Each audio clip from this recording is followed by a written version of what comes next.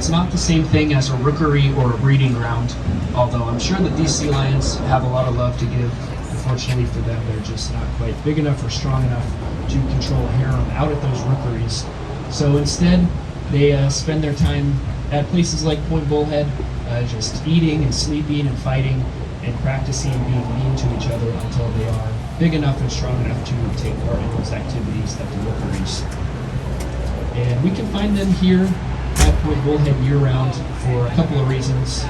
One, it's one of the more shallow beach-like areas that we have in Prince William Sound, which means a lot of good fish for them to eat. You can see some other smaller fishing boats off to the left, a pretty good place for humans to get fish as well as these sea lions.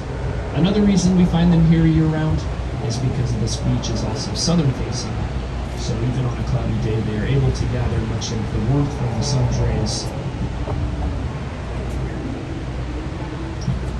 These sea lions eat just about anything that they can catch in the water. They're just about as much of an apex predator as one thing can be out in the ocean out here.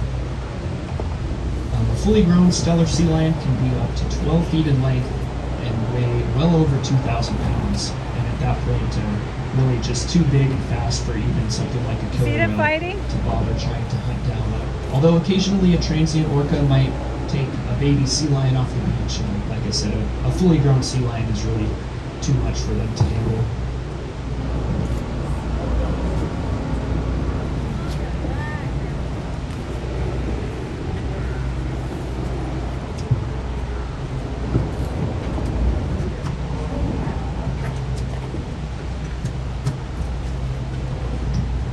And now you might be a little bit more familiar with the cousin to the Steller sea lion, which is the California sea lion.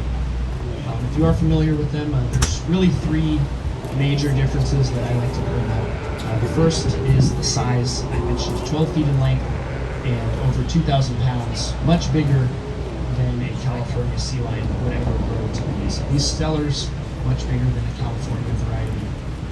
Another difference is the color of their fur. If you're familiar with the California sea lion, you might remember that they have a pretty distinct black coat of fur, where you can see here these Steller sea lions, much more brown, tannish color. Any of the darker ones that you see over there, really just wet animals that have more recently been in the water.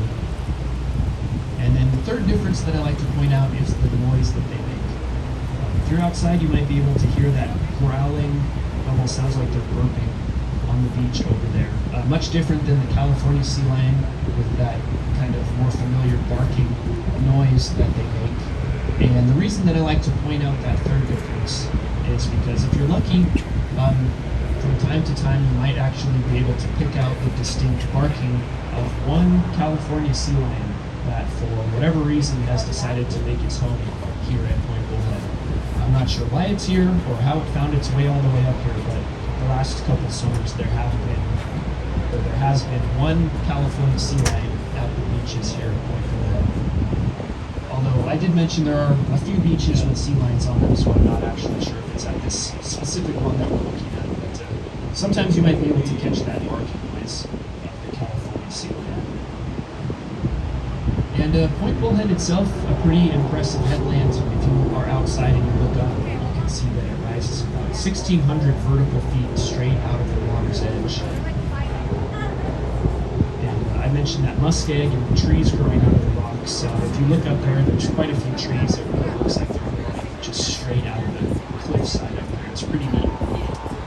And you might notice that that vegetation starts pretty high up the cliffside here. That's kind of evidence of the winter weather that we can get in this area. I mentioned the islands of Hinchinbrook and Montague, 40 miles off to our left, and just in between them, a channel of water that leads right to the Gulf of Alaska, and Point Bullhead here lies in just a direct path with that channel of water. So it sees most of those winter waves that we get. You can see how they can splash up the cliffs like this and kind of don't allow the vegetation to grow in. You can see there.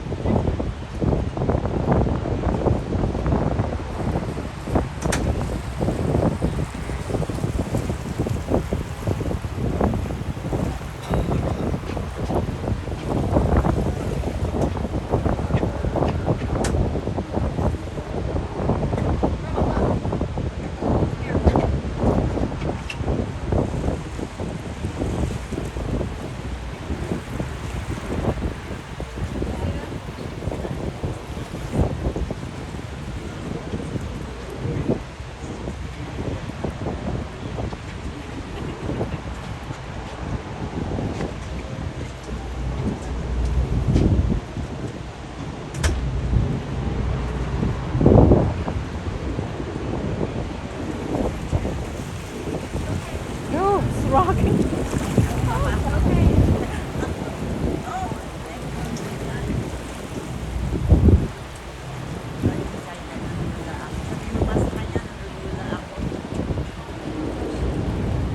Not feeling well, she wants to go inside. Just the boat is rocking pretty hard.